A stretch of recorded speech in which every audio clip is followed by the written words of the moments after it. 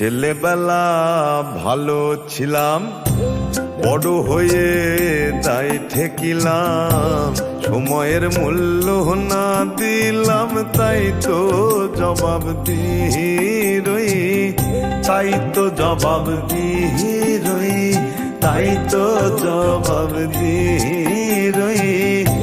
ছেলেবেলা ভালো ছিলাম, বড় হয়ে তাই ঠেকিলাম। সময়ের মূল্য না দিলাম, তাই তো জবাব দিই রই। যা হওয়ার তা